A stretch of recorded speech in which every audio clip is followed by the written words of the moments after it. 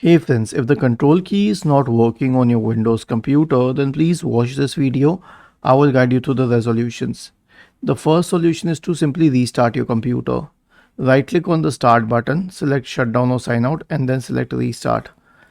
The next solution is to check your keyboard for inconsistencies, because it may be that there would be dust on the control key or other issues with it. So you need to remove that first. And if you are using an external keyboard, then try connecting it to a different computer to isolate the cause.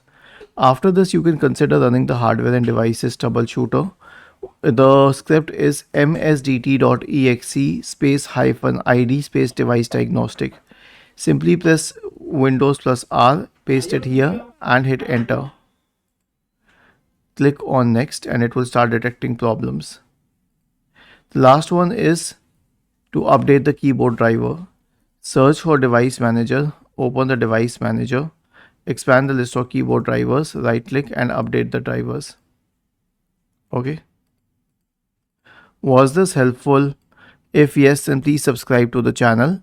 And if not, then let us know in the comment section of the video on how we could help you further. Thank you for watching this video and have a nice day.